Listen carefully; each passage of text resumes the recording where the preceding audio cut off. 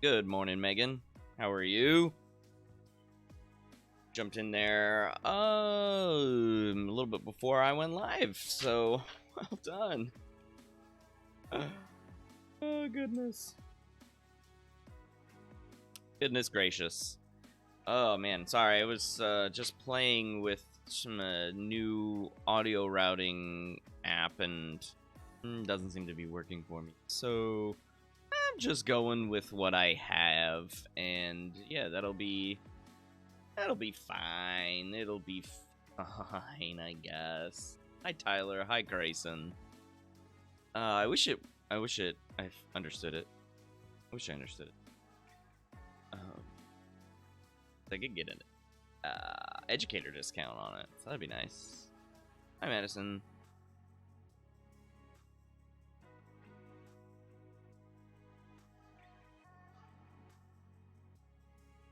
Leah and Audrey. How we all doing this morning? Almost done with week 3. Let me know in chat. How we plan to spend this rest of the day. Is supposedly going to be a nice, warm, but a nice day today. You know. So.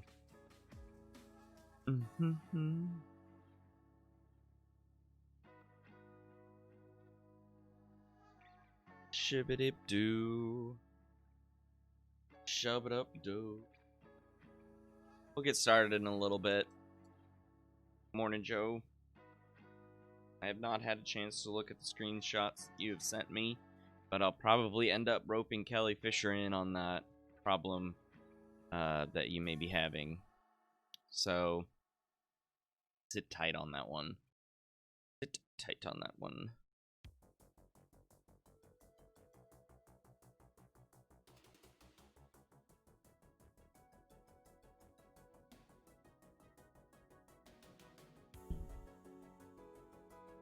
Oh, bees!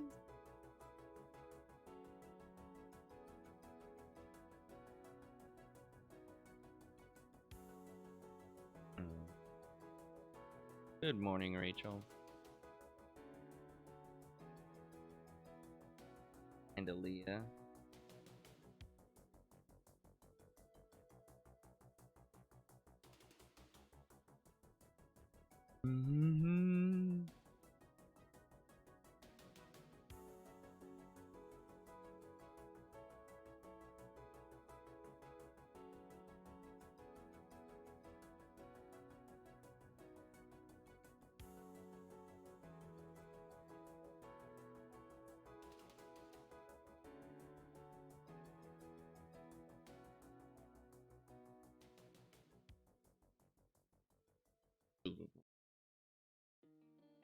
Hey, AJ.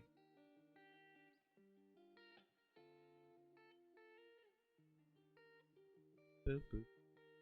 Lob it up, doop doop. Shoob doop boop. Boop boop boop boop boop.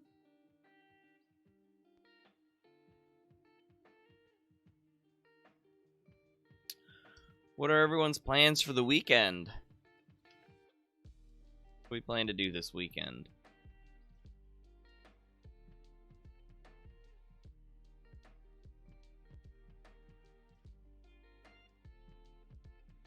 I currently don't have any plans, so probably doing stuff with the kids. Obvi.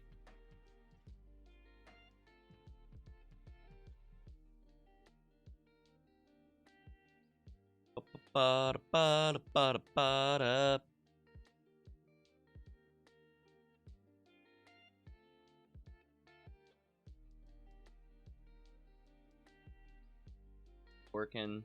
Tyler's working. I imagine a lot of you are probably, you know. Shoosh! Sorry about that.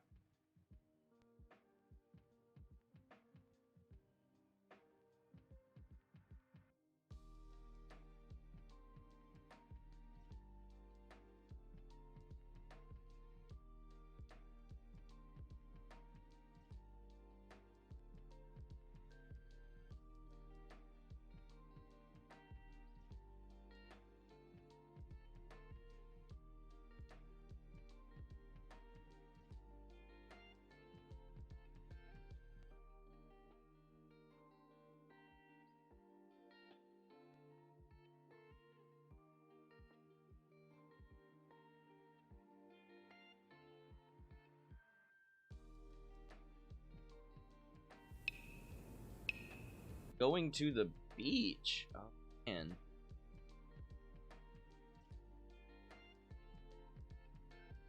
Which beach, Grayson? Beach of, Lake Michigan? Sophia, grad party with close friends and family, but you need time to work on the paper.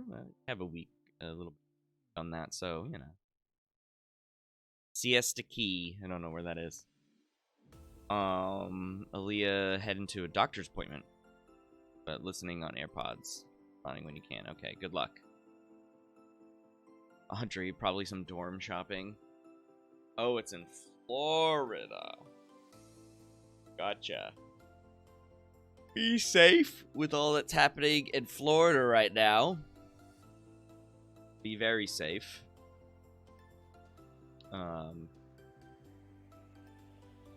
Merrick, good morning.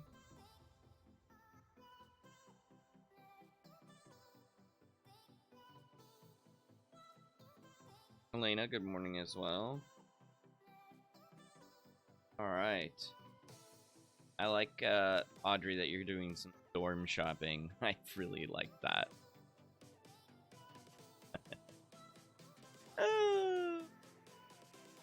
Dorm shopping. Almost, apparently having a dorm all to yourself, as I understand it.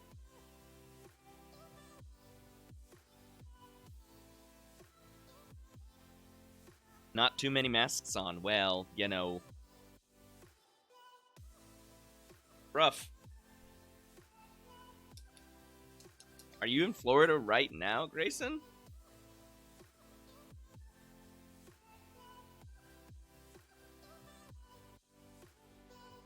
Okay. Oh. Alright. Fair enough. Didn't realize that. Yeah. Ooh, Florida. Florida man, ... Florida woman, ... You ever done that Google challenge? What you do, yeah, I guess it is it's a social media challenge, Google challenge. You type in Florida man or Florida woman, depending on who you want to look up, and then your birthday. You can do both if you want to.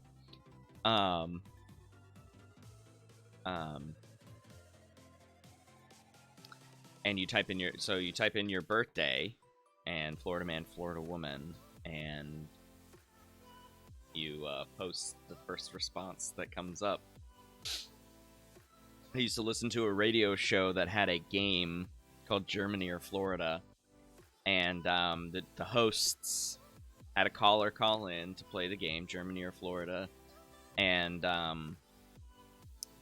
it was always going to be an outrageous story, like super unbelievable, random, weird, that kind of thing, and the hosts had to guess whether or not it came from Florida or if it came from Germany.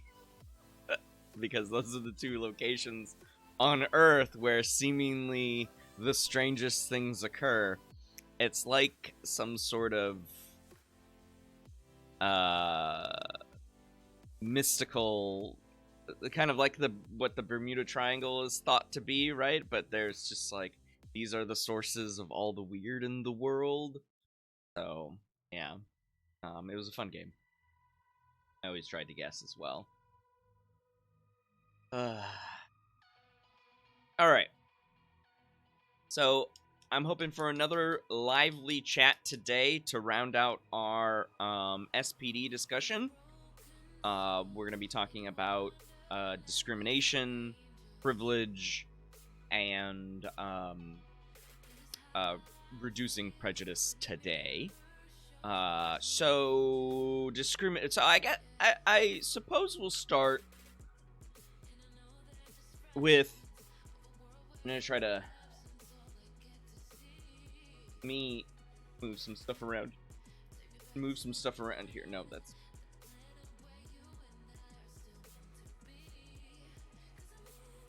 talk.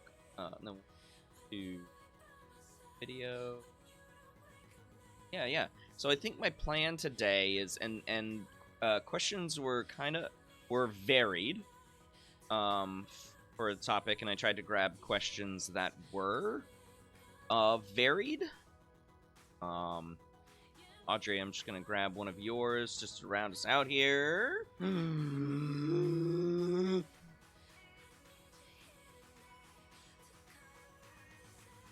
All right, that's a good question. That's a good basic question. Murphy, you seem like your family left. He's laying right here. All right.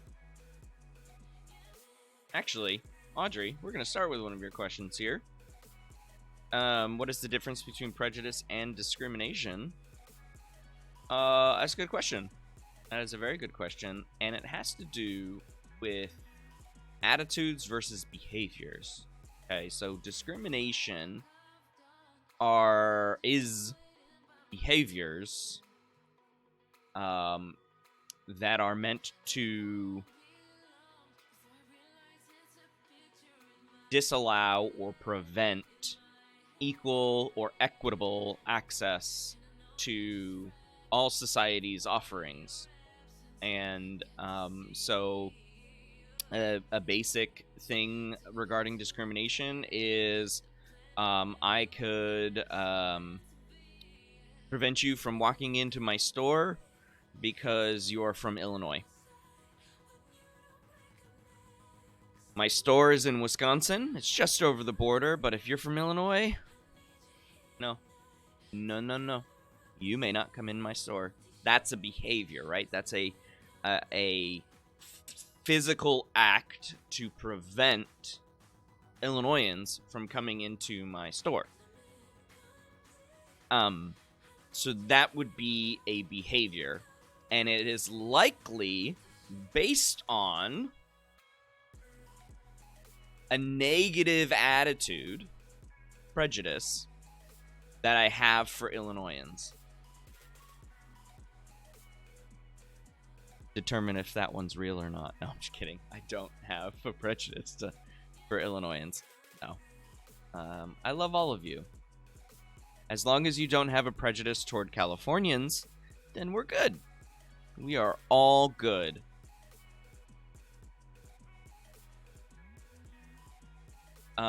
So does that make sense that we're separating the attitude from the behavior, but the behavior is likely from...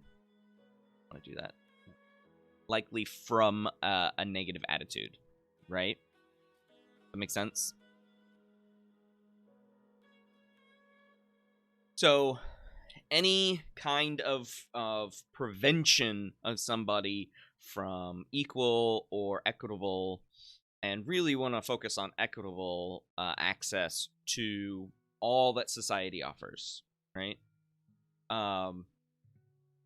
Especially if it's some sort of public or societal like an offering for everyone, right? This is for everyone. So yeah, that would be that's kind of stuff that we're gonna focus on today, right? So access. Are we preventing access to certain groups of people based on their group membership? Okay. So that would be discrimination. Okay. And so that could be as little as preventing somebody from walking into your store, preventing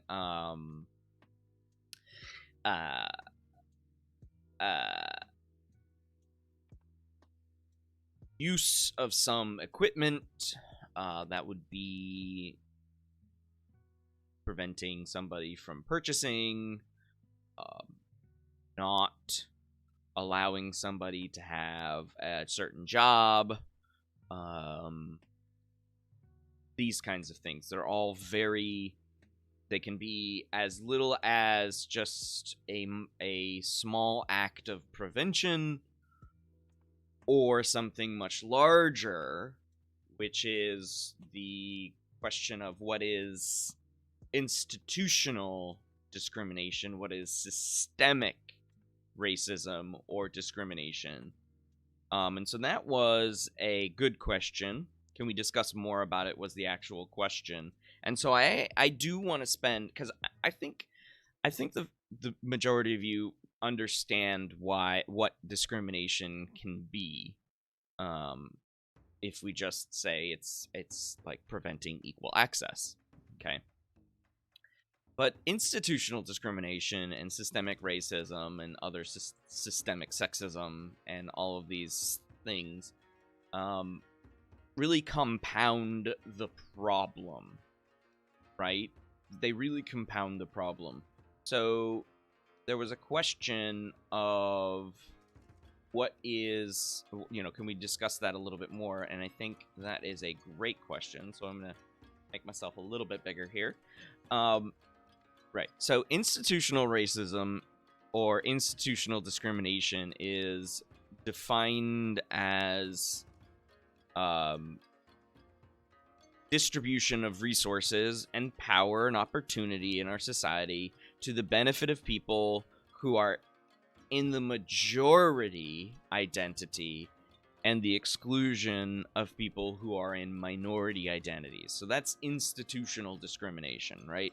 So resources and power are to the benefit of the people already in power, that is the majority identity, with whatever one, racism, sexism, whatever, and to the exclusion of minority identities or underrepresented minorities. So I have a few examples for you, and I think the first one, yes, is on the topic of race. Actually, I think all of them are race based, but you can argue that some of you can, if you want to, come up with other sectors of minority discrimination, please do in chat. So if you have something that's based in institutional sexism, something that's based in institutional heterosexism, something that's based in institutional genderism, all these things. So if you have ideas about those, drop them into chat while I talk about specifically systemic racism, and institutional racism in the United States. Okay, so the first example that I have for you of institutionalized differences among races in this country is slavery. Okay, slavery. And I'm gonna probably mention this documentary a bunch throughout today. But if you have Netflix, if you have a Netflix subscription, and you haven't seen 13th, please do so. Please do so. Watch 13th. It's from Ava. It's a documentary from Ava DuVernay. Okay. Who is a screenwriter, director, producer. She did 12 Years a Slave, I believe. So she's done a bunch. 13th, that's all it is. And you'll either see it stylized as the word 13th, or you'll see it stylized as a 1 and a 3 and a TH. And it's not the 13th, it's just 13th. Okay, it's just 13th. And so if we're talking about slavery, we are talking about the enslavement of African and indigenous populations, but mostly African, stealing them from Africa and bringing them here to be enforced unpaid labor, and not thought as humans. The Constitution enshrined this institutional racism and codified it. And it wasn't until the 13th and 14th Amendments to the Constitution that the original language of 3/5 person was changed, right? Yeah, when they see us. That's a good one too. Yeah, thanks, Aaliyah. So imagine, please try to imagine being considered 3/5 of a human being. Regardless of what that definition actually entailed in the Constitution, okay? It was about state representation. But consider yourself not being counted as a whole person. Right? That's some shit. You're only 3/5 of a person. So that's the major institutionalized and it being enshrined in the Constitution, and wasn't until almost 100 years into our country's history was this changed, right? The 13th and 14th Amendments that came in quick succession of one another, right? But the problem is that and what you'll learn in the documentary is that the 13th Amendment has a phrase in it which says nobody in the United States can be a slave, so it abolished slavery, except in the case of imprisonment. So if you are convicted of a crime and sent to prison, whether that's a state or federal crime, you are sent to prison for X number of years, you can still be enslaved. That's the language of the 13th Amendment. It's a very short amendment, but that phrase keeps slavery alive in the case of imprisonment. And so thus starts the other institution, the institutionalized discrimination, and that is what is called the school to prison pipeline, which is probably discussed in When They See Us.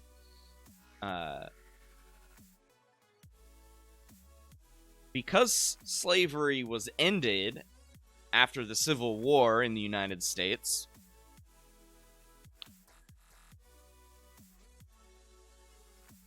the white landowners in those southern states had to figure out how to not let these newly freed black families become powerful as them. And so they had the power, and they continued to create institutions to keep black families poor in the United States after the Civil War. And one of the ways that they did this were to create some BS laws. I'm not even talking about Jim Crow yet. Were to create some BS laws that basically were the modern equivalent of things like driving while black, that you may have heard of. So, randomly arresting, and mostly black men, for petty stuff. And that petty stuff was put them into jail and prison, and now they were legally allowed to make them slaves, make them do forced labor without pay, because they were now in jail, or they were convicted and sent to a longer sentence in prison. Okay, so that one is deeply rooted within the United States. And this has far-reaching consequences everywhere. So we can talk about the turn of the 20th century and Jim Crow laws, which were basically segregation laws in the South, and many states in the South adopted those, and then the Supreme Court decisions that followed in the in the mid-20th century, so 1950s, that ended segregation in various institutions like schools. But even then, you want to talk about, well, where are those schools and how are those schools funded? Okay, so, and then the Civil Rights Act in the 1960s, and the Voting Rights Act of 1965, which is currently expired. And John Lewis was trying to get that reauthorized by Congress before his death. He's constantly trying to get the Voting Rights Act reauthorized.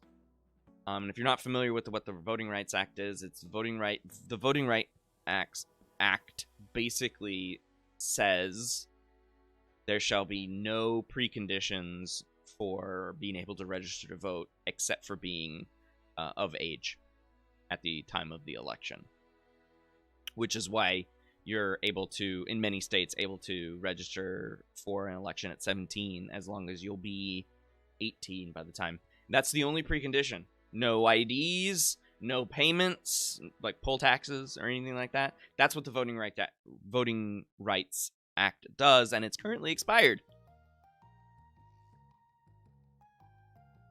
Ears itch.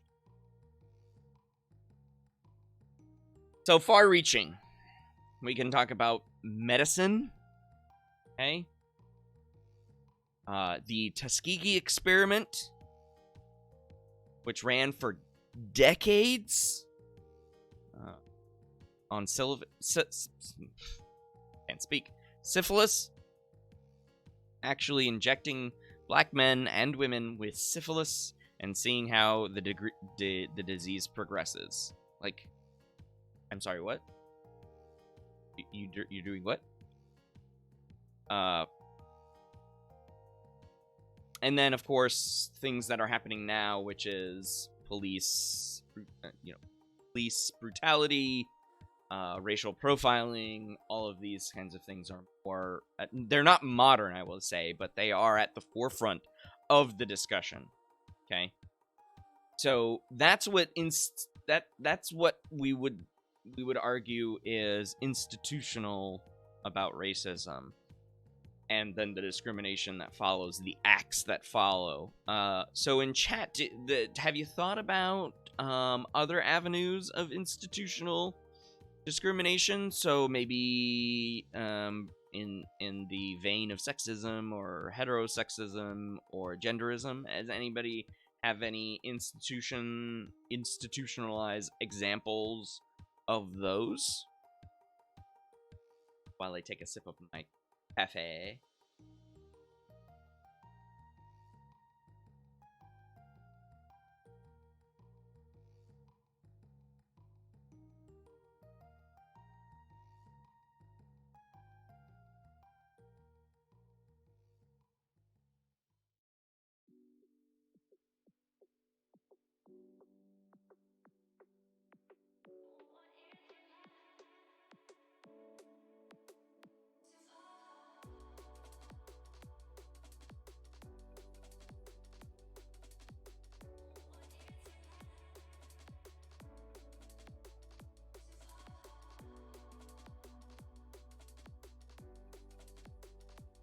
Or if you have any questions, also, if you have any questions. Grayson, I'm gonna need a little bit more of that question.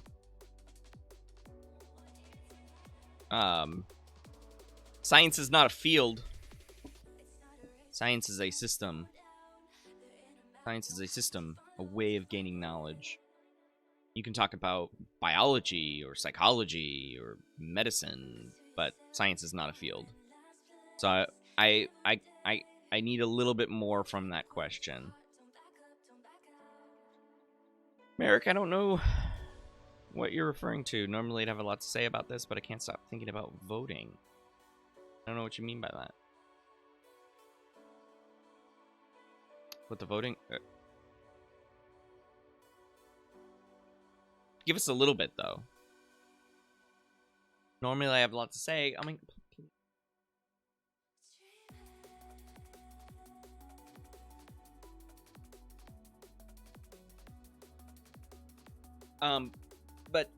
Greason, while you're trying to reformulate your question, I can at least attempt to parse what you have. So the folks, the scientists, which I think is what you might be getting at, the scientists do exist within a institutional structure. And so much of the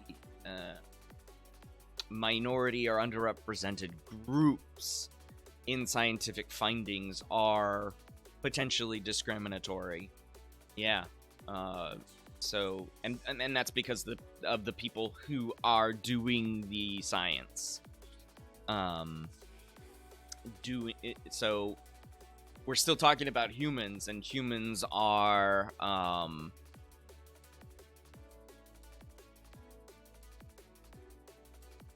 so when we talk about humans, we're going to be biased, of course. And so, yeah, a lot of the research has been done. Like I said, I think in the first week, this science has been done mostly on weird samples. And so,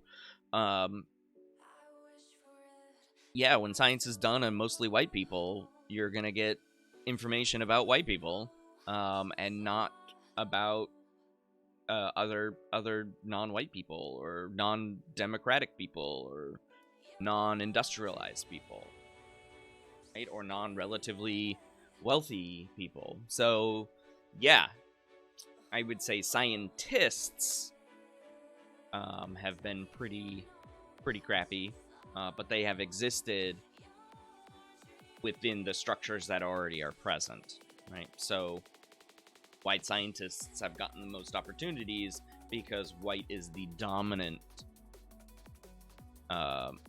racial identity in our society, our Western society. So it's not just the United States, it's Europe, it's Australia. So white people get the benefit at the exclusion of others, okay? And those others tend to be black folks, okay?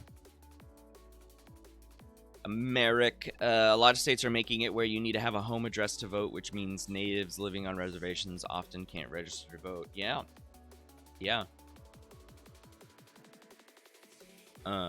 So this is why we need the Voting Rights Act reauthorized by Congress, because you put all these stipulations on voting and you prevent people from voting. This is classic.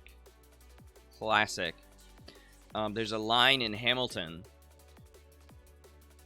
the musical, where Aaron Burr is running for president in 1800, and he's coming up to women and he's like, "Tell your husbands to vote for me," and you're like, "Oh, okay, oh, it's 1800, oh, right?" Because the women couldn't vote in 1800. It took until the 19th Amendment to the Constitution to be like, "Oh yeah, we should let women vote." That'd be good. That might be good. So, yes, that's right, Merrick. Yes, that's very true. Yes, indeed. Little nuanced things, right? Other things that you might be hearing about these days. You also mentioned the gender prejudice, something I'm versed in, but that's all I got in my brain right now. Oh no, I want you to help me. All right. Well, if it pops into your brain, maybe copy and paste something. I don't know. That you've written previously. Just no links. So the gap. So a couple of things that you might be familiar with these days: the gaps between the richest and the poorest, right? So we are all the 99%. Woo! Speak for yourself, man. I'm part of the 1%. Hi, Destiny. No worries. We're just talking about discrimination. You know, That old chestnut. Wow. Yeah, so the gaps between the richest and the poorest, most of the 1% is pale AF. And when I mean that, they're vampires. No. They are they're white, right? And the bottom part of the 99%, so the lowest of the lowest, so the lowest, we'll say 20%, 20 to 30% of the 99% tend to be Black and Latinx folks. Okay, so you have a huge racial disparity in wealth. Okay, food insecurity. So, you may or may not have heard of the term food desert. Food desert. There currently exists a bit of a food desert here in Peoria, actually. A Kroger closed a couple of years ago now. It's actually been a while. In the East Bluff area, which is the higher part of the bluff of Peoria, so downtown, and then quite a bit of neighborhoods exist sort of on the same level of the water of the river. But the bluffer area, so the higher parts of Peoria, there is a food desert, which takes which basically remove a food source from an area, which means that now people have to travel longer distances to remain food secure. And so a food desert increases food insecurity. Okay, food insecurity. And this generally happens in poorer neighborhoods. Okay. If you want to know more about why there are differences between additional differences between poorer neighborhoods and more wealthier neighborhoods, specifically with race, go look up redlining. Redlining. It has to do with what are you doing, Merc? See you later, dude. It has to do with selling houses and making district lines that are red. And if you are on one side, it's because you're white. If you are on another side, it's because you're black. Okay. COVID is really showing the institutionalized issues with people of color, specifically black people, and how they are disproportionately dying from COVID more than any other group. Okay. So higher numbers overall and not representative of their amount, their percentage of the overall population. So more black people are dying than they are represented in the population. So that's just shining a light on medical inequalities and inequities. Okay. And then the last example that I have for you is incarceration, mass incarceration. Black individuals are disproportionately affected by incarceration, the school to prison pipeline, as I already mentioned. And 13th does talk about this as well, right? So from the 13th Amendment onward, we have mass incarceration of black individuals in this country, and we have the highest prison population in any country in the world.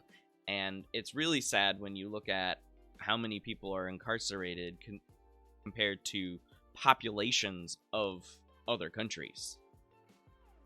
And so what's the point of that? Well, it's because incarceration has negative mental health and negative physical health impacts. Being in prison sucks. Okay.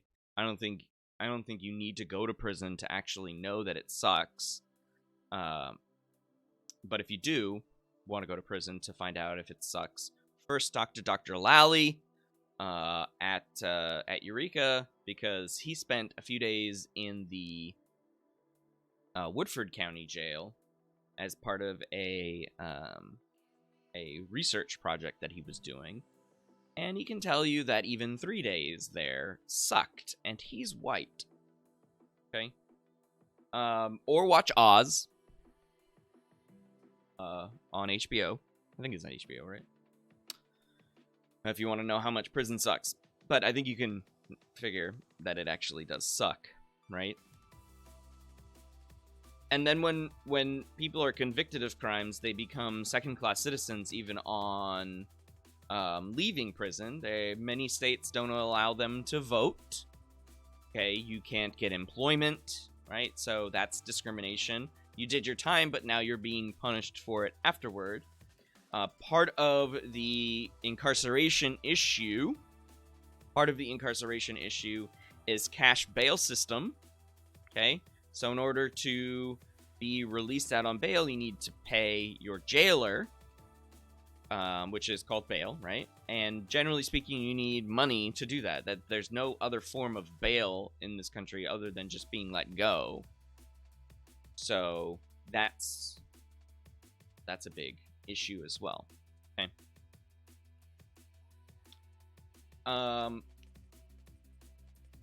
Any other questions before we move on from the institutional topic?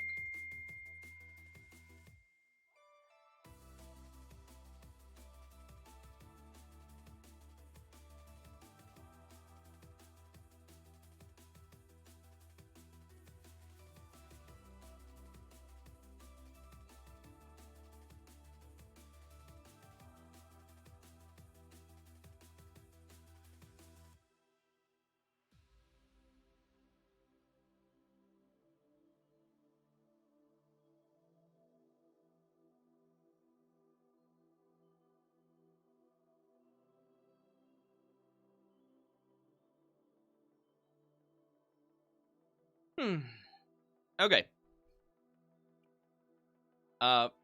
Switching topics just slightly. But still in the vein of discrimination, I want to talk about privilege. But before I say anything about privilege, I want to hear your thoughts on it. So drop in chat. Thoughts, questions about privilege. And you can I'm going to specifically talk about white privilege, but it could be any sort of majority privilege, majority identity privilege. So, thoughts on privilege. Thoughts on, and if you are adventurous, you can also indicate what you feel when privilege is brought up.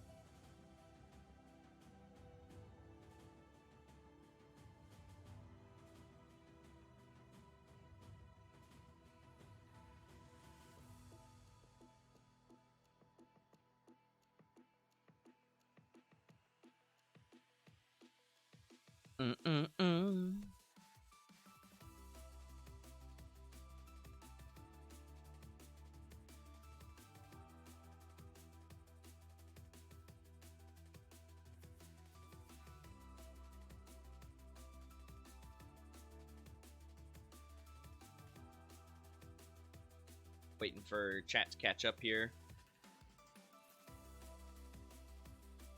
Hi, Professor Peter. What's going on? Hard not to think about privilege when we're working so hard to put everything online.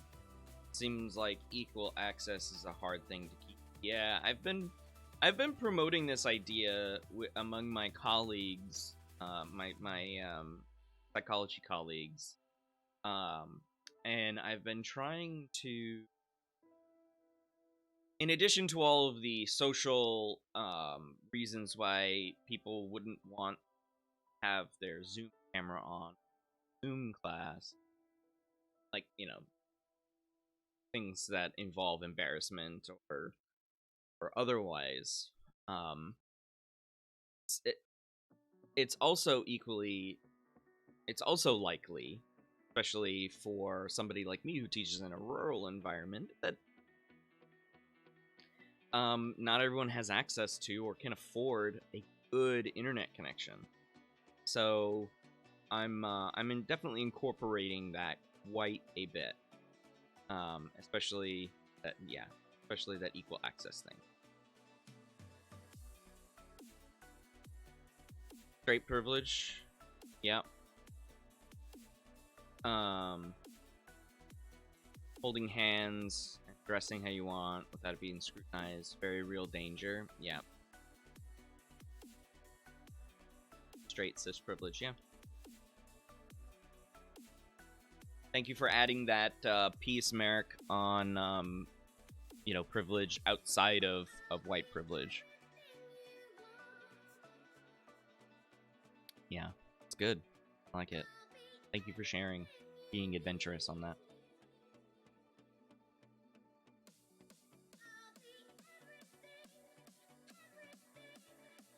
I love how my auto mod was like, white privilege, that, do you really want to allow that? Yes, I do want to allow that. Jeepers.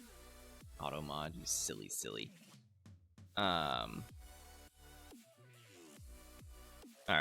Audrey, you said, I 100% know that white privilege exists, but I know many white people who say that they support Black Lives Matter, but refuse to say they have privilege and claim that they, quote, have had hard lives too, end quote, when it would have been so much worse if they were a person of color, yeah. Grayson, educating people about privilege is helpful, I think. Beneficial to bring awareness. I think that's a typo. You think you meant to say butt and not nut. But today there's way too much emotionally charged people going about trying to, quote, educate people in the wrong way, and is very counterproductive. Okay. If you'd like to explain what you mean by wrong way, and if there is a right way, I'm open to hearing that. Okay, so please keep those comments coming. Because I really want to hear all of your thoughts on it. Okay, so privilege. The idea was first coined by Peggy McIntosh in 1988. Okay, where when she wrote "White Privilege: Unpacking the Invisible Knapsack." Okay. Unpacking the invisible knapsack. So,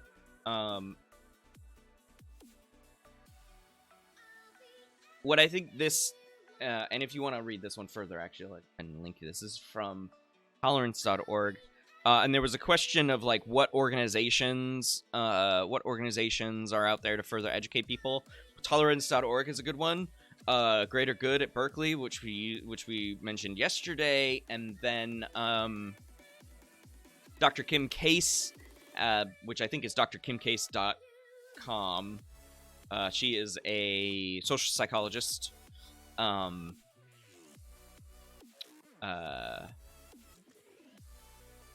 She's a good resource. And then I am blanking on the other website that I used.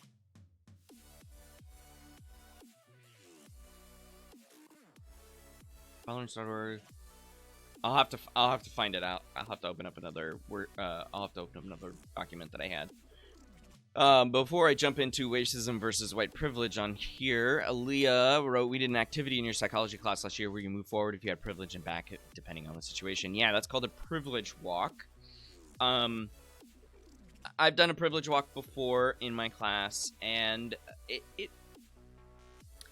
they are a hot topic of debate as far as an activity goes. Because it requires people to have to show their privilege or their lack of privilege, which can be embarrassing. And so because of that latter point, I've decided that I'm not going to use Privilege Walk anymore. Yeah.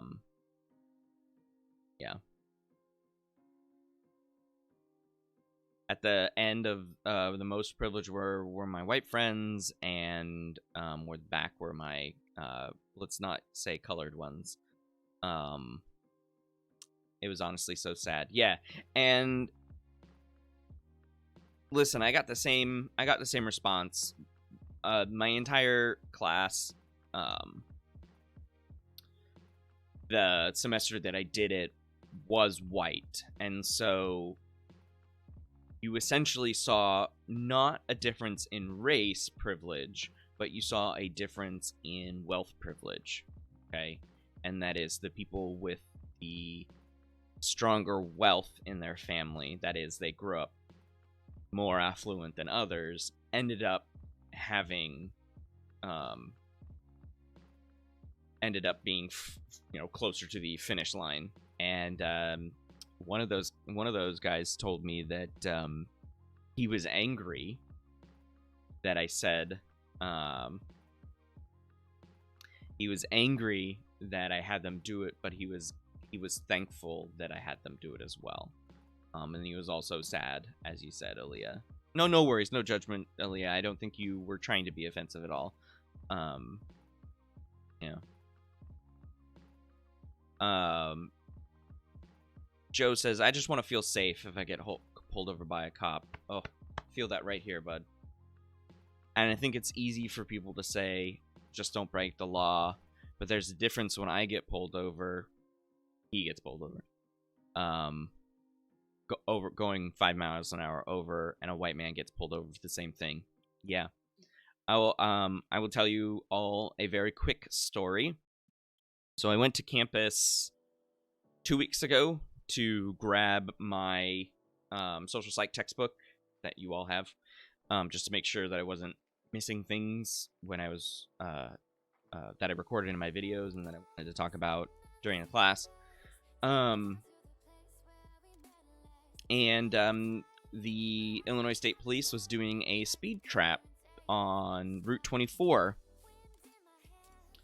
Route 24, where Route 8 matches with it. So if you're not familiar with it, there is an overpass, a flyover as part of this interchange. It's a very small interchange.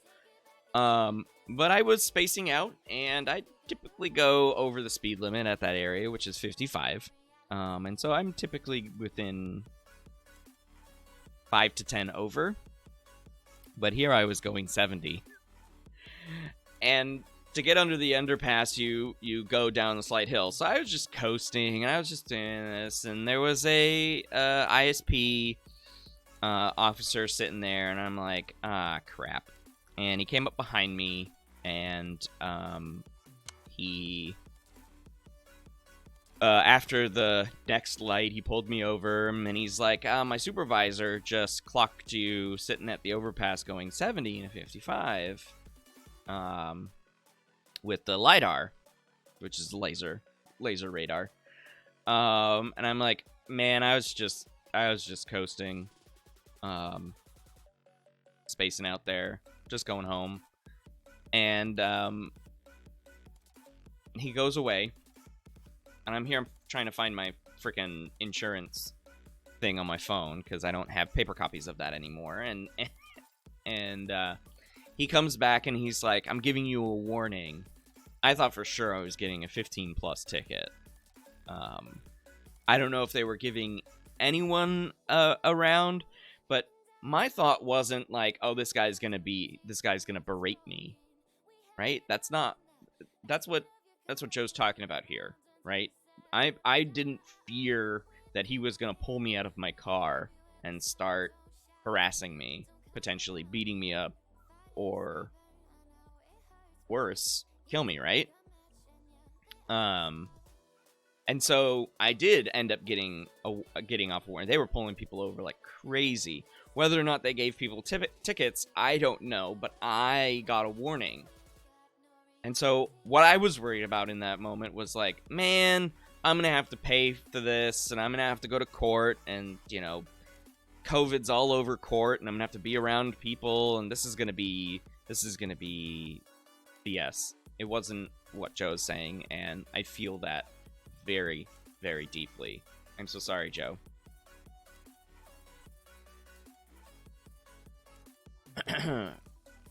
All right, Grayson, I'll get to your comment, and then I'll jump back into this.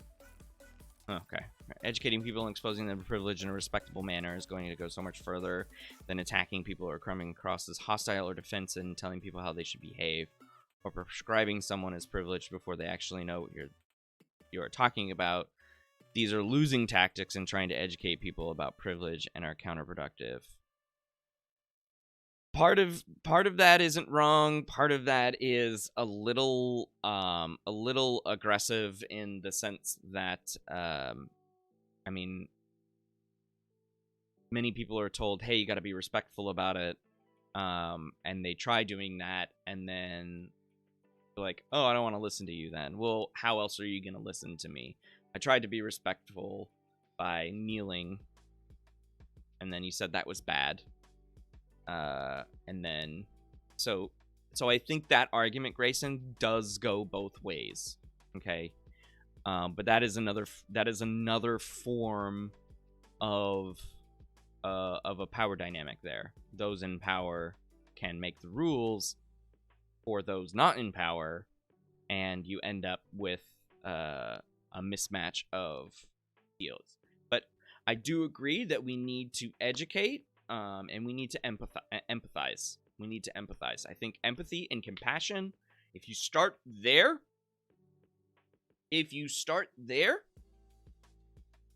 then you can go forward. Okay? But I would allow somebody to be angry if they felt that deeply. Okay?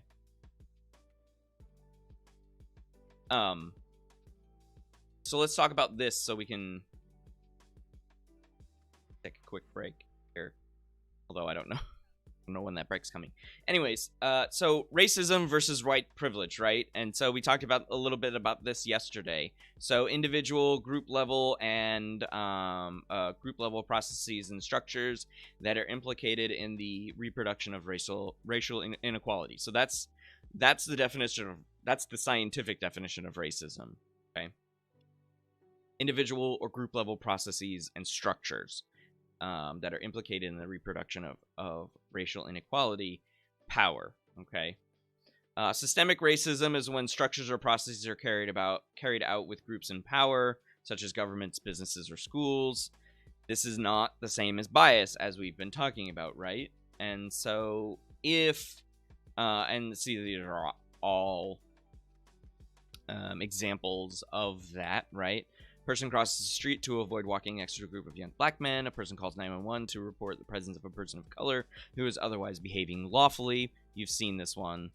A police officer shoots an unarmed person of color because he feared for his life. A jury finds a person of color guilty of a violent crime despite scant evidence. A federal intelligence agency prioritizes investigating black and Latino activists rather than investigate white supremacist activity, right? Yeah, AJ, privilege is super complex. Is so complex that I think I'm maybe something didn't finish there.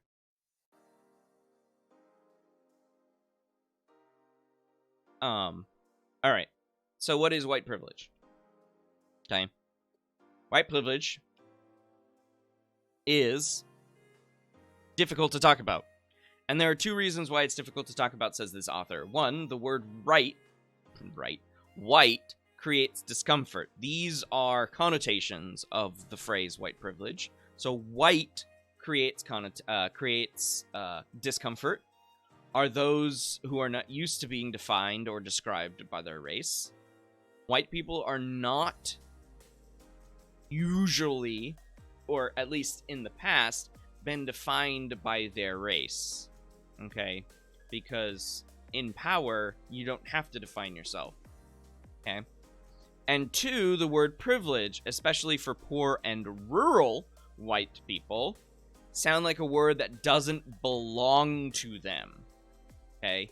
Because the word itself suggests that they have never struggled. The important point to note about about that particular piece is that's not what privilege means whatsoever. Okay? So that defensiveness derails conversation, which means you don't actually have the conversation, right? You don't get to the point of being like, whoa, it's not about that or this, it's about this, and that's what we're having the conversation on, not about this stuff over here. Okay, so it is, let's see what it is. Here we go. Here's the encompassing definition. Quote, and this is from Francis Kendall, okay, Diversity in the Classroom and Understanding White Privilege.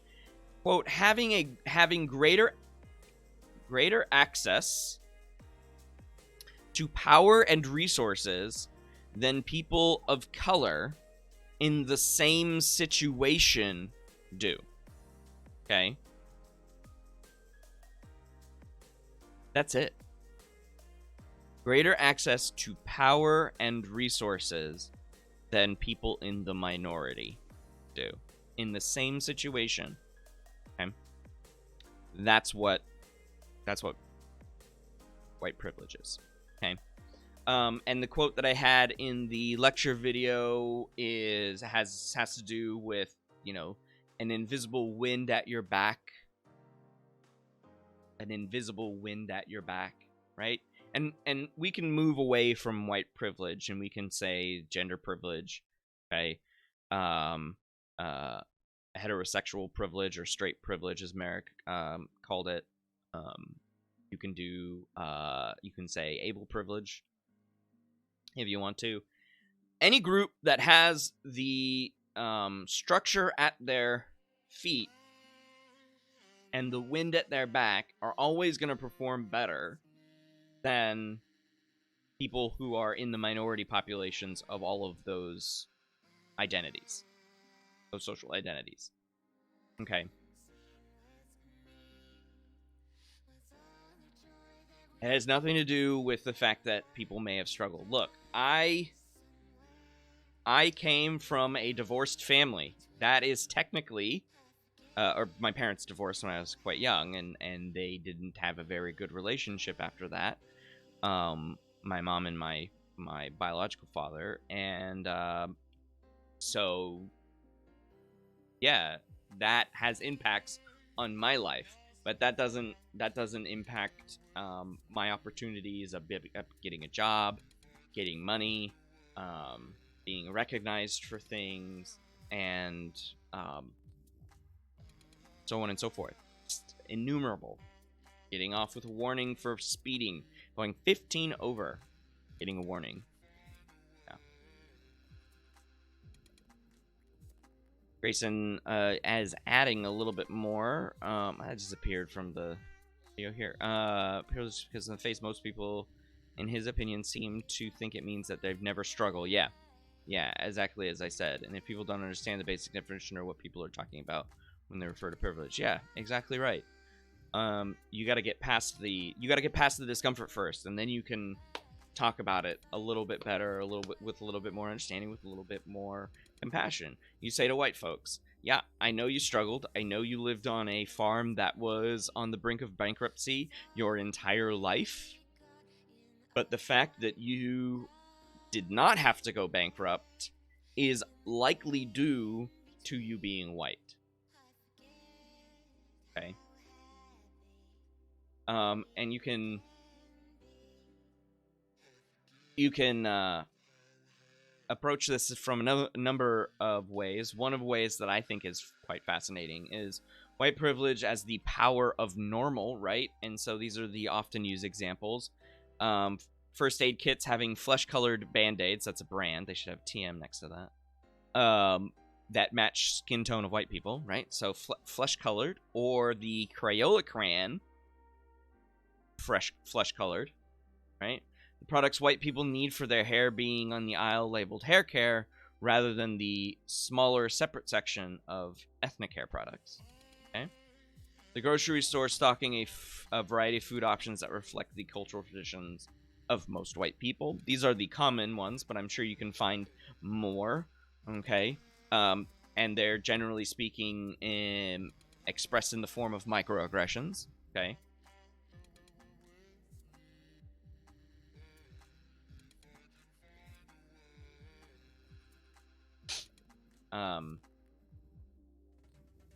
White privilege as the power of the benefit of the doubt. This is what Joe was talking about. So in these scenarios, white people are less likely to be followed, interrogated, or searched by law enforcement because they look quote-unquote suspicious. White people's skin tone will not be a reason people hesitate to trust their credit or financial responsibility. Okay? If white people are accused of a crime, they are less likely to be presumed guilty, less likely to be sentenced to death, and are more likely to be portrayed in a fair, nuanced manner by media outlets. And then there's a "if they gunned me down" hashtag "if they gunned me down."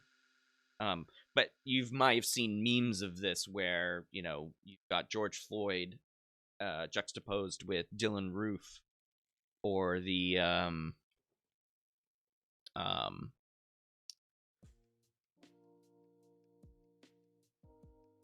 was Dylan Roof the person that shot up the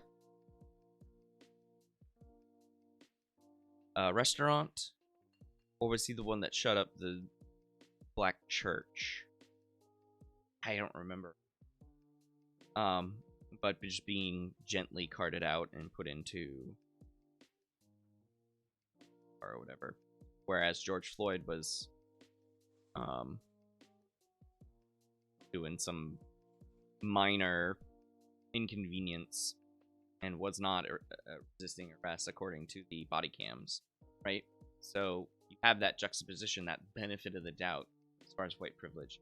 And then furthermore, power of accumulated power. Okay.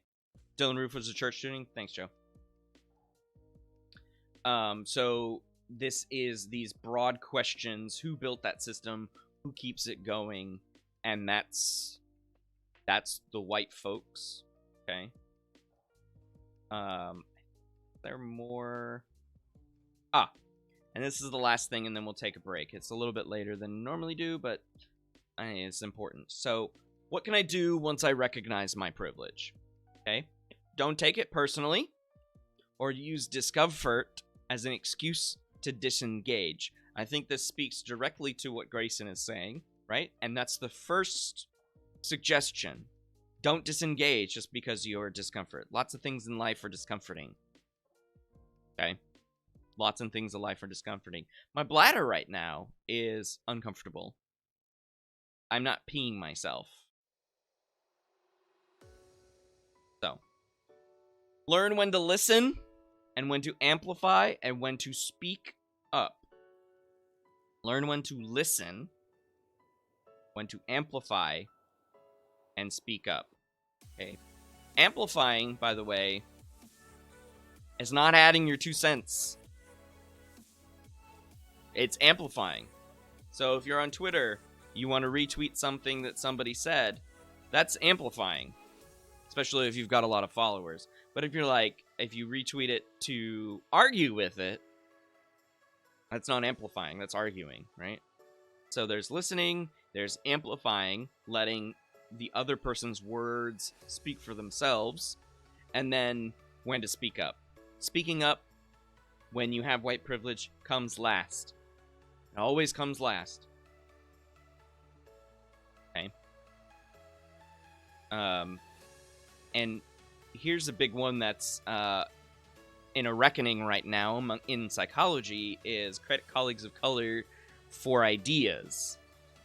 Okay? This also is crediting women, just broadly.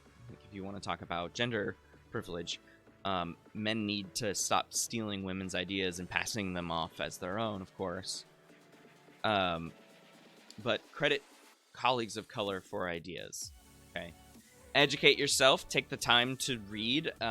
Again, the question was, what are organizations that will help me with this? What are organizations that will help further educate people on prejudice, discrimination, and how they manifest? Tolerance.org is one of those places. Dr. Kim Case, The Greater Good at Berkeley, and I'm still blanking on the other one. I need to open that while I'm here. Oops. It's in this one.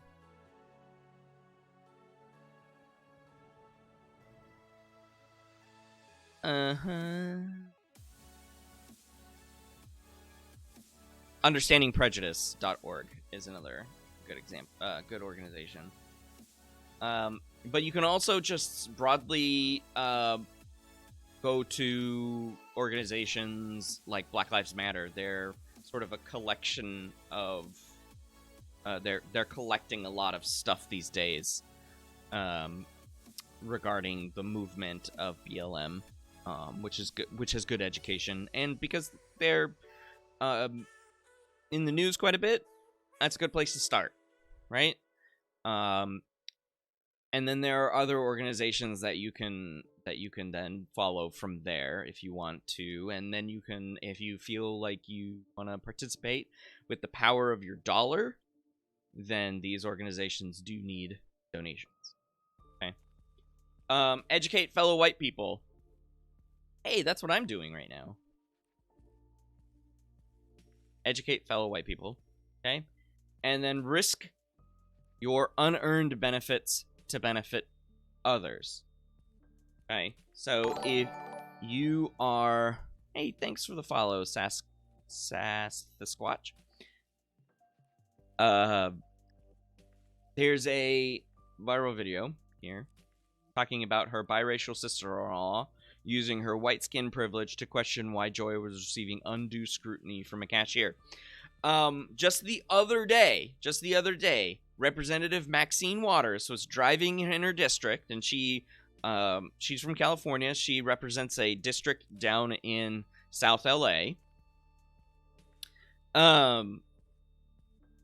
She saw a black man.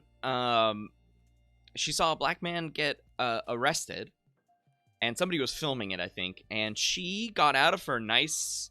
It was probably like a Lincoln or an Escalade SUV, and she walked over.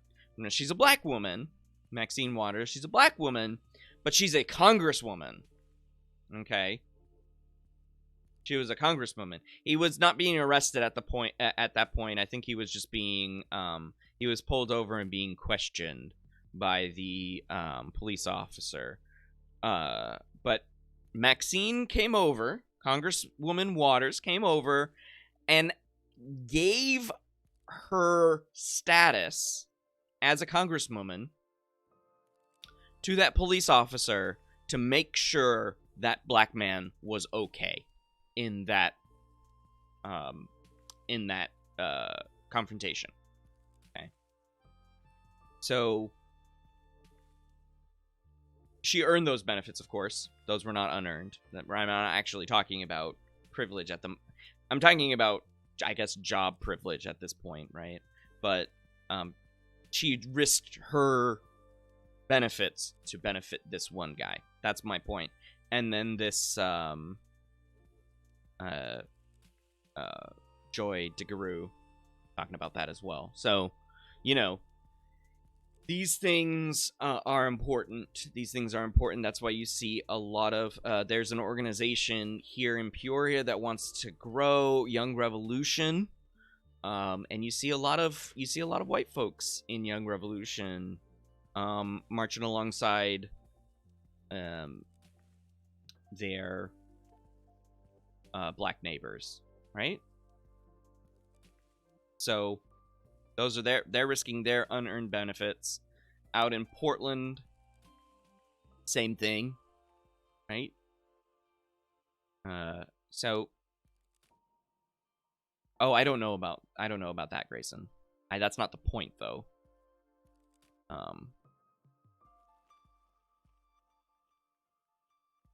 The point was whether or not he broke was not Maxine Waters intervening was not about whether he broke the law or not. She wanted to make sure that he was going to be safe, whether he was going to be let go with a ticket or arrested.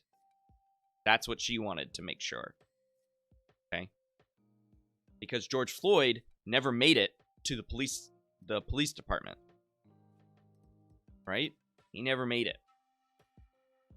That's why she was stopping. It had nothing to do with the guy breaking the law or the cop discriminating. It had everything to do with that black man's safety.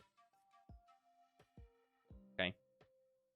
All right, let's take a break here. Come back at for those of you who are in Central Time, 10:22, 10:23, 10:23, and we will talk about the prisoner's dilemma. Actually, no, we're not going to talk about the prisoner's dilemma. We'll watch a video. So 10:23.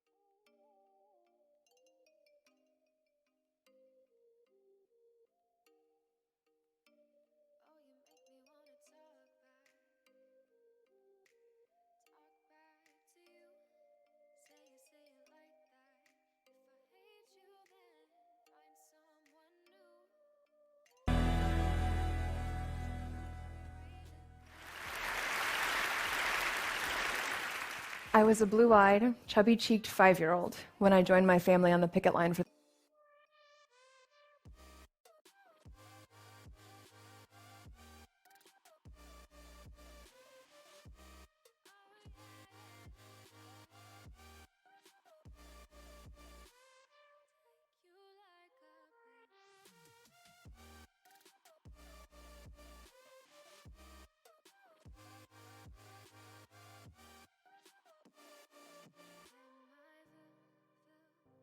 Thanks, Peter.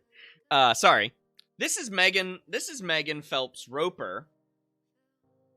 And she is an ex-member of the Westboro Baptist Church, and she joined the TED stage to describe her leaving the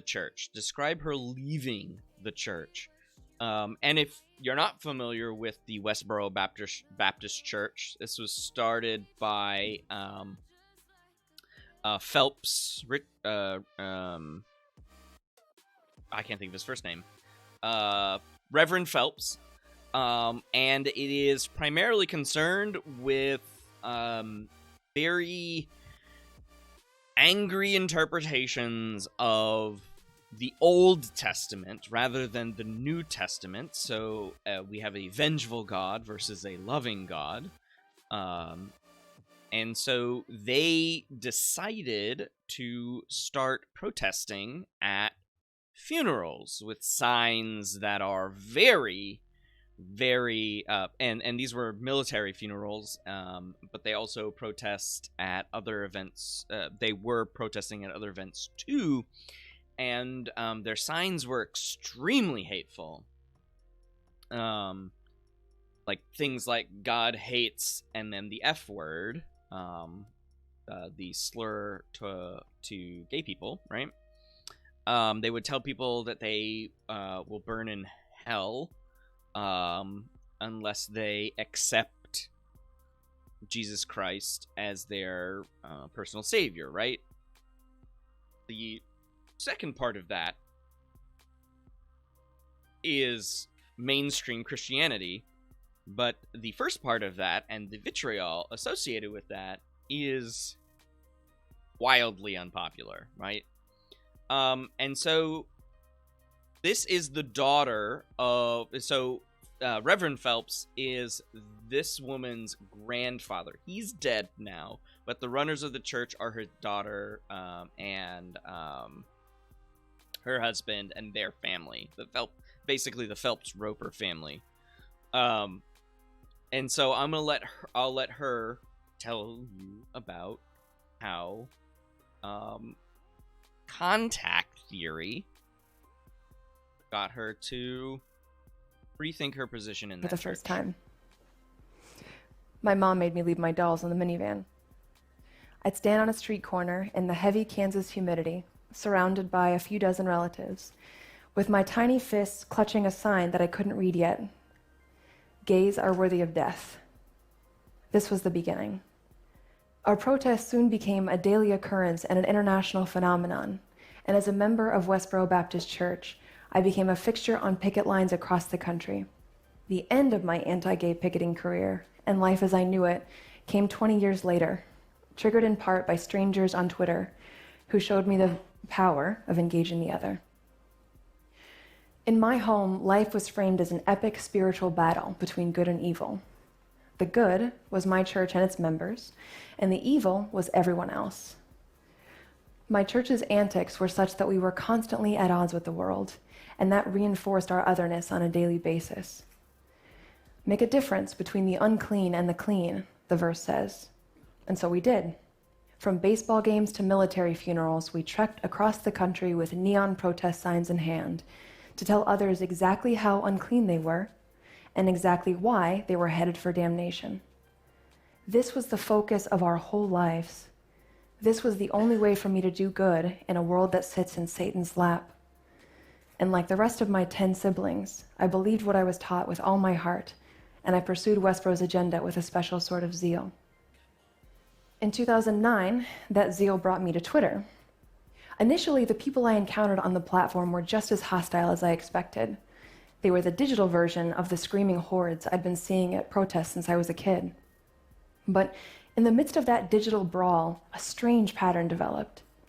Someone would arrive at my profile with the usual rage and scorn. I would respond with a custom mix of Bible verses, pop culture references, and smiley faces. They would be understandably confused and caught off guard, but then a conversation would ensue. And it was civil, full of genuine curiosity on both sides. How had the other come to such outrageous conclusions about the world? Sometimes the conversation even bled into real life. People I'd sparred with on Twitter would come out to the picket line to see me when I protested in their city. A man named David was one such person. He ran a blog called Richest, and after several months of heated but friendly arguments online, he came out to see me at a picket in New Orleans. He brought me a Middle Eastern dessert from Jerusalem, where he lives, and I brought him kosher chocolate and held a God Hates Jews sign. There was no confusion about our positions, but the line between friend and foe was becoming blurred. We'd started to see each other as human beings, and it changed the way we spoke to one another. It took time, but eventually these conversations planted seeds of doubt in me. My friends on Twitter took the time to understand Westboro's doctrines, and in doing so, they were able to find inconsistencies I'd missed my entire life. Why did we advocate the death penalty for gays when Jesus said, "Let he who is without sin cast the first stone"? How could we claim to love our neighbor while at the same time praying for God to destroy them? The truth is that the care shown to me by these strangers on the internet was itself a contradiction. It was growing evidence that people on the other side were not the demons I'd been led to believe. These realizations were life-altering. Once I saw that we were not the ultimate arbiters of divine truth, but flawed human beings, I couldn't pretend otherwise. I couldn't justify our actions, especially our cruel practice of protesting funerals and celebrating human tragedy. These shifts in my perspective contributed to a larger erosion of trust in my church, and eventually it made it impossible for me to stay. In spite of overwhelming grief and terror, I left Westboro in 2012. In those days just after I left, the instinct to hide was almost paralyzing. I wanted to hide from the judgment of my family, who I knew would never speak to me again, people whose thoughts and opinions had meant everything to me. And I wanted to hide from the world I'd rejected for so long, people who had no reason at all to give me a second chance after a lifetime of antagonism. And yet, unbelievably, they did. The world had access to my past because it was all over the internet, thousands of tweets and hundreds of interviews, everything from local TV news to the Howard Stern show. But so many embraced me with open arms anyway. I wrote an apology for the harm I'd caused, but I also knew that an apology could never undo any of it. All I could do was try to build a new life and find a way somehow to repair some of the damage. People had every reason to doubt my sincerity, but most of them didn't. And given my history, it was more than I could have hoped for. Forgiveness and the benefit of the doubt. It still amazes me. I spent my first year away from home, adrift with my younger sister, who had chosen to leave with me. We walked into an abyss, but we were shocked to find light and a way forward in the same communities we targeted for so long. David, my Jewishest friend from Twitter, invited us to spend time among a Jewish community in Los Angeles. We slept on couches in the home of a Hasidic rabbi and his wife and their 4 kids. The same rabbi that I'd protested 3 years earlier with a sign that said, "Your rabbi is a whore." We spent long hours talking about theology and Judaism and life while we washed dishes in their kosher kitchen and chopped vegetables for dinner. They treated us like family. They held nothing against us. And again, I was astonished. That period was full of turmoil, but one part I've returned to often is a surprising realization I had during that time, that it was a relief and a privilege to let go of the harsh judgments that instinctively ran through my mind about nearly every person I saw. All right. So I wanted to stop there. We don't really have the time to watch the whole thing. I do recommend watching the whole thing. because it's just really good. It's really fascinating stuff. A peek inside what many would consider a family cult. So I'm gonna drop this in. Oh, it's good. That.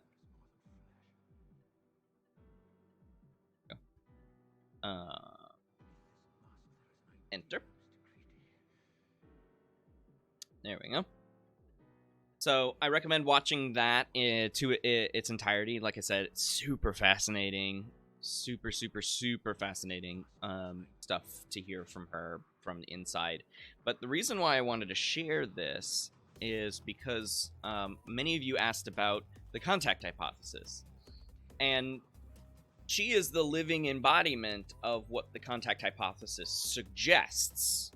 Okay, what the contact hypothesis suggests. She got on Twitter, and Twitter, for all of its foibles and issues, does bring people from all over the world together.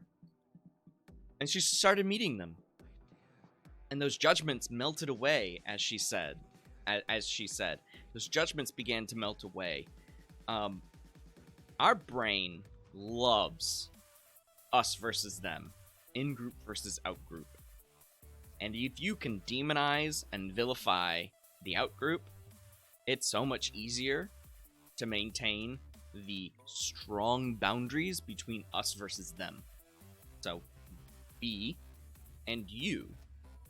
And I've heard that you are awful because of my learning and my socialization from my parents, my family, the people that I spend the most time with. I didn't go to, the Westboro folks didn't go to school. They were homeschooled, right? So they weren't exposed to anyone else, to any other form of Christianity that says, you know what?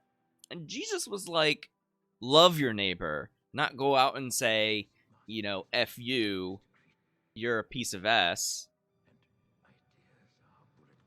So they weren't exposed to any of that. And it wasn't until she opened her mind on Twitter that contact began to take shape. Now, she's just an individual, of course, right? And I mentioned in the lecture video that contact isn't enough for broad, sweeping structural changes. What you need is a superordinate goal for all groups to be able to handle.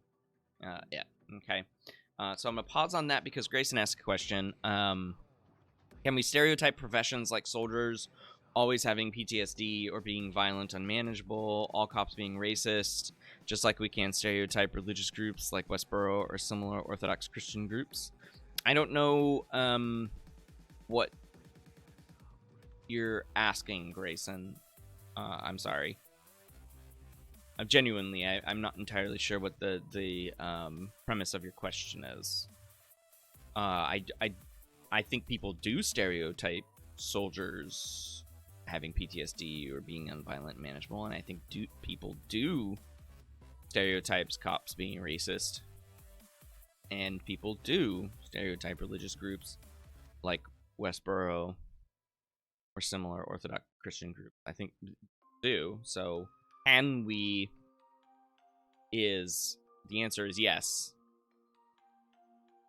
If that's the question that you're asking. That's humans. That's what we were talking about on Tuesday with stereotypes. We can stereotype for a lot of things, right? So what I wanted to do with you all was talk about the prisoner's dilemma. Okay. Let me know if you've heard of the prisoner's dilemma. Actually, I'm going to do a poll. Please answer on the poll. Have you heard of the prisoner's... Yeah, no, it's dilemma. And it's just going to be a yes or a no.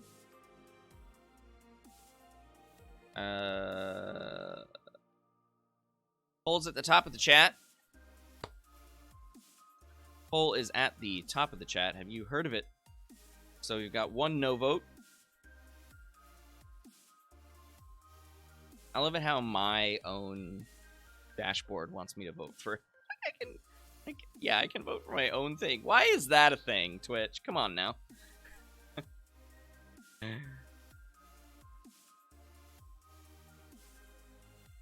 The prisoner's dilemma. Prisoner's dilemma is very good cooperation. Because I talked about Robbers Cave, the Robbers Cave experiment in the video. So I want to talk about Prisoner's Dilemma here for the live stream, just to give you added bonus of different ways cooperation can manifest and what happens when people don't cooperate. Okay? Alright.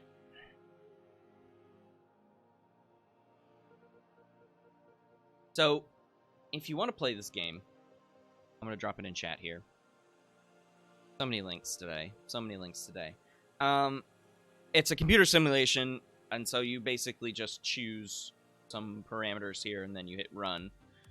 I love it how they used the hot criminal meme, and then they have Charlie Sheen as the two prisoners. These two guys are buddies. Okay, so it's split 50-50. If you haven't voted, please do so. There's only 6 votes, but there are 14 viewers. Come on now.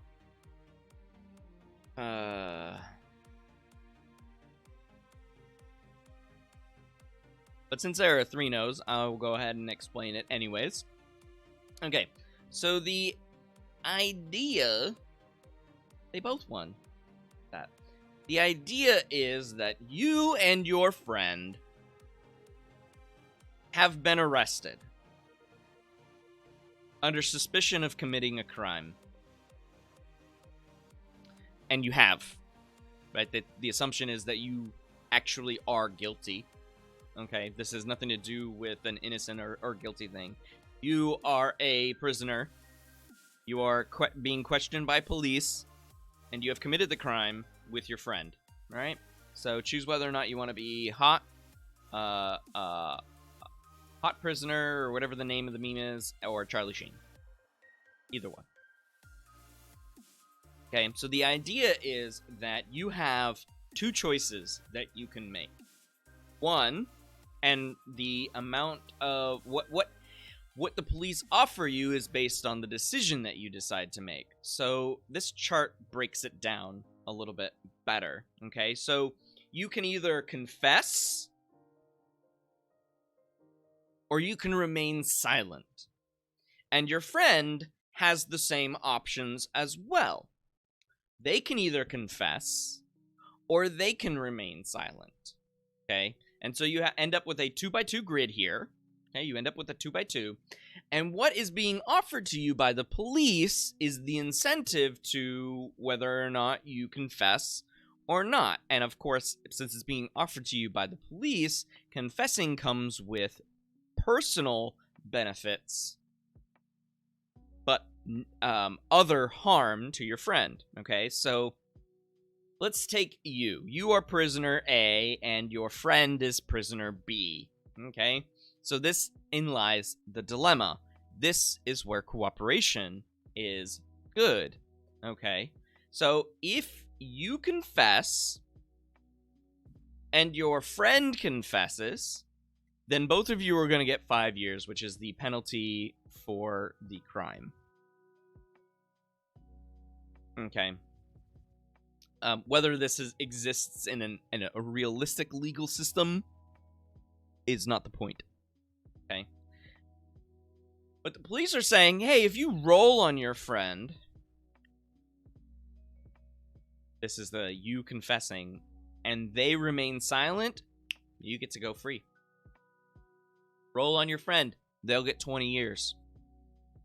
Okay? The opposite is true.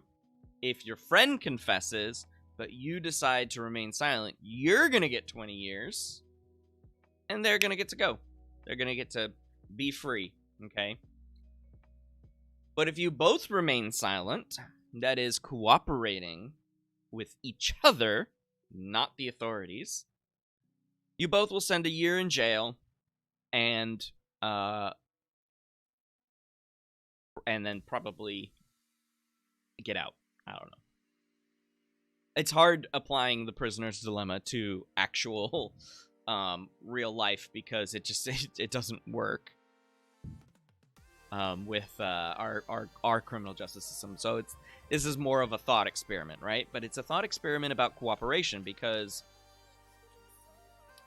if you are working for yourself, either you or your friend are working for themselves, they get the benefit. You or the other person gets screwed, right? So that's not cooperation. So if you cooperate by remaining silent, then you get the best outcome. Does that make sense? Does prisoner dilemma make sense here?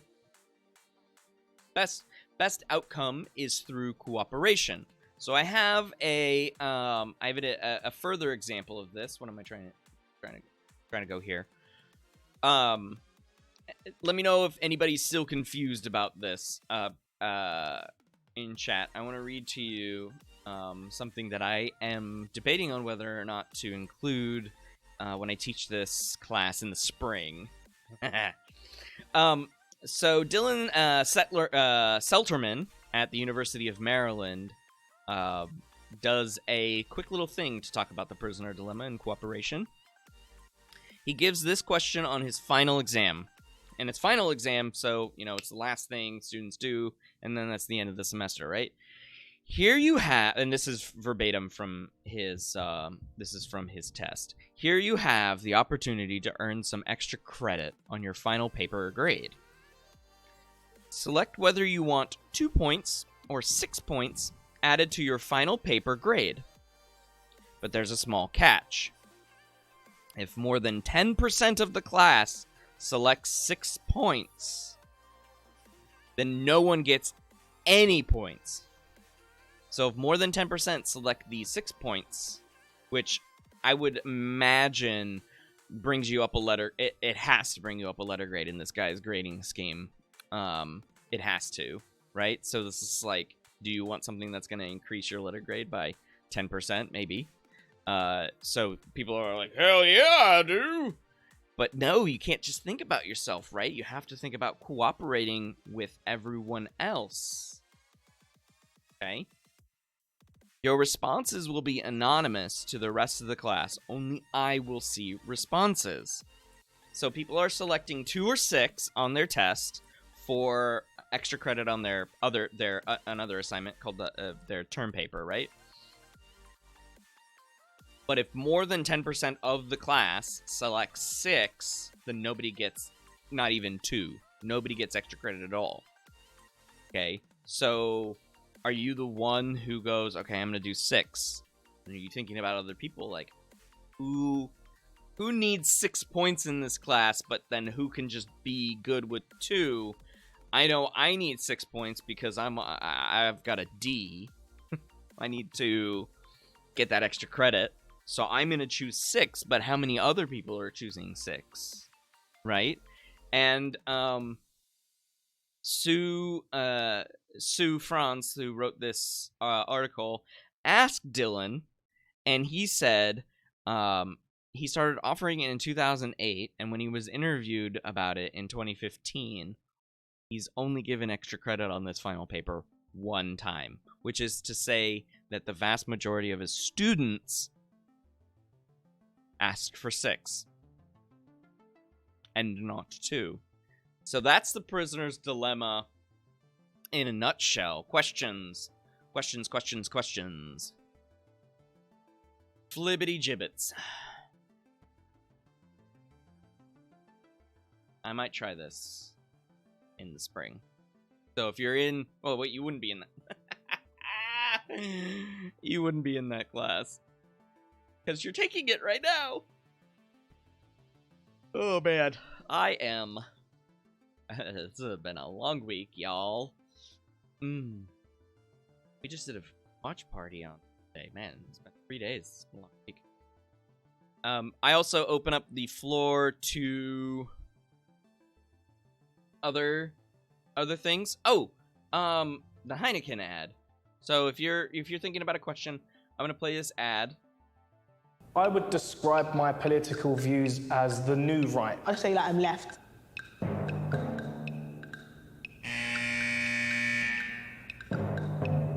Feminism today is man-hating.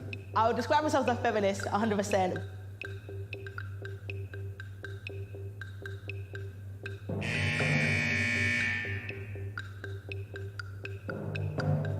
I don't believe that climate change exists.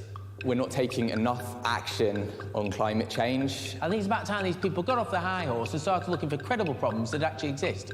It's absolutely critical that trans people have their own voice. That's not right. You can't, you know, you're a man, be a man, or you're a female, be a female. Women do need to remember that we need you to have our children. Could I be friends with someone that says a woman's place is in the home? Right, OK, well, I'm an expert at flat packs. If you have any trouble, just watch me. So it looks like I've got your instructions here. I think so. Let me help you. It's not just that bit there.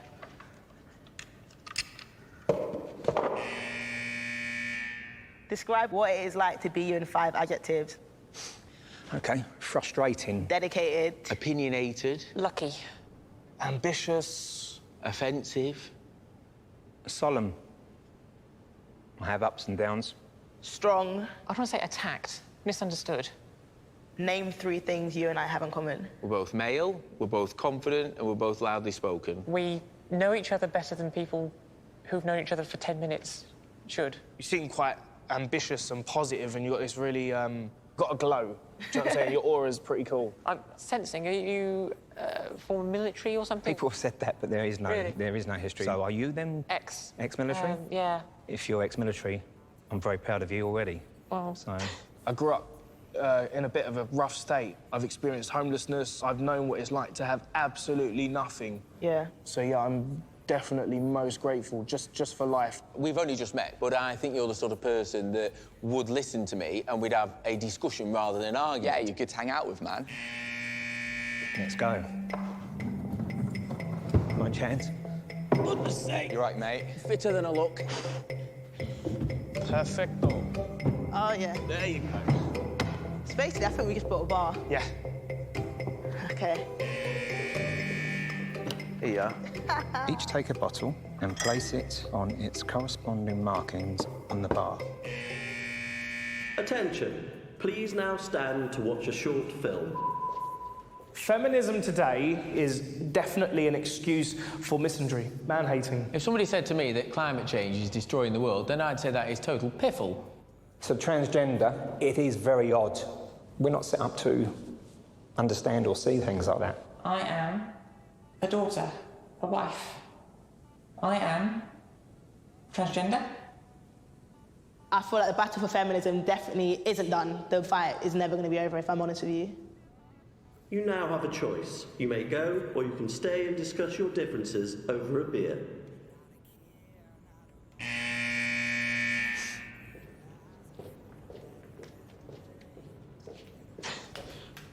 I'm only joking. You had me for a second then. Well, I'm having a drink. I'm having a drink. Yeah. I want to discuss. Beer. Yeah, beer and discuss. Cheers. At the end of the day, mate, About I've reaching enjoyed out to working people, with you. yeah. And, you know, even if you wanted to convince people about your point, the productive thing to do would be to sit Just down and have a engage, just beer. engage. I've been brought up in a way where everything's black and white, but life isn't black and white. Yeah, I'm just me. Yeah. Smash the patriarchy. I'll give you my mobile number, you give me yours, and we'll keep in touch. I'd have to tell my girlfriend that I'll be texting another girl. She might be a bit upset with that, but I'll have to get round there. I'll have to tell my girl. Oh, Heineken. So that was contact and cooperation in a nutshell for a beer commercial. Right? For a beer commercial. Thoughts? Questions? Anything else to round out this week? Drop that in chat. While I'm waiting for that, I just want to remind my students who are watching, you have a quiz tomorrow. Please do it. Between the hours of midnight and 11:59. Don't forget, schedule time, make reminders, set alarms, and then a week from Friday, you will have the final one of those, plus the paper is due. Okay? We have one more week live streams for this particular class, Monday through Thursday. Okay? Talking about attraction on Monday. Ooh.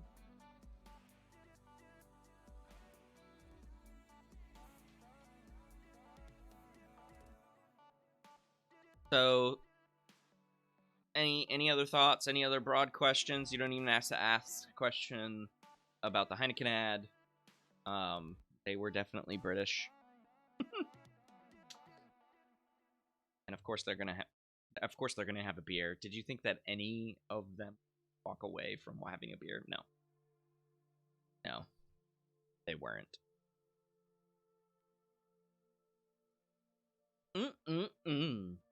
Oh, yeah.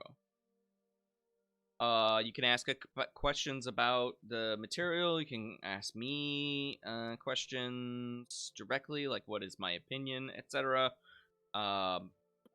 Open. We've got about 5 more minutes, so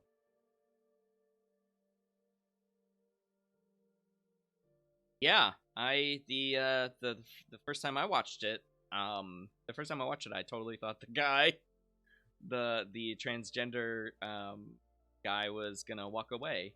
Not the the one that was opposite the trans woman. Yeah, I thought he was gonna walk away because he looked like he was gonna walk away. Yeah, it's a really good ad, and Heineken made that ad because they had a previous one where they were called out for what was really racist. So keep that in mind. Heinekens are fine. They're not the best lager. So it doesn't make me want to buy a Heineken, but it is good that they use that to be forward. And this came out in 2017, it looked like, or it was posted on. It's somewhere. It's not that old, is my point. Hashtag open your world. Kelly, welcome. I know you're not in class. Intrigued by the ad. Haven't seen it before and really appreciate it. It was very well done. Glad they all stayed. The previous ads were a bit sketchy. Yeah, so that's why that's their PR team. I guess PR team was like, ooh, we are damaging Heineken. Good for them for upping their game. Yeah. I was scrolling down here in the comments, and this comment's actually kind of funny. Gillette has left the chat. Nike has left the chat because they haven't done anything at that point. And then, of course, Nike had the Colin Kaepernick ad shortly after this. So this Nike has left the chat doesn't make sense anymore, but it is still kind of funny. So, and then Gillette obviously came out with their own. I think over the Super Bowl, right? It was this year, either this year or last year. They had a long form commercial. And thanks, Kelly, for coming by and watching.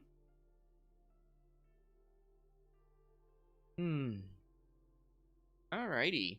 Any other questions, thoughts, comments about any of this stuff? About Tom Hanks's face right here from the Golden Globes earlier this year before Corona hit. That was the before times when they were all up in the Beverly Hills Hilton schmoozing, having drinks. You know, things that we used to be able to do with no worry in the world. January 2020.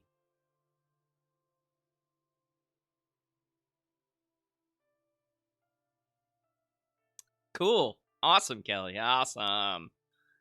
Yeah.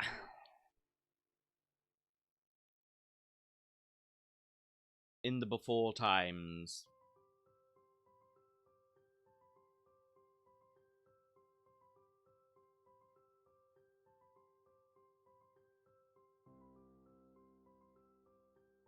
Boxes? Don't put people in boxes. Close encounter. Yeah, so this is my personal YouTube. You can see what kind of stuff that my algorithm wants to show me. Hooray! Oh yeah, 10 best Super Bowl commercials. So, yeah. Alright, so I'm gonna go ahead and end the stream there. I don't see anything else coming through. I will stop if I do see something coming through, but I don't think I will be. So, it's weekend time, y'all. Enjoy the beach, Grayson. Don't get COVID. Everyone else, enjoy your work weekend. And for those of you who are just going to be working on school stuff, have fun with that too. I'll be doing the same. And yeah, have a good weekend, everyone. Bye.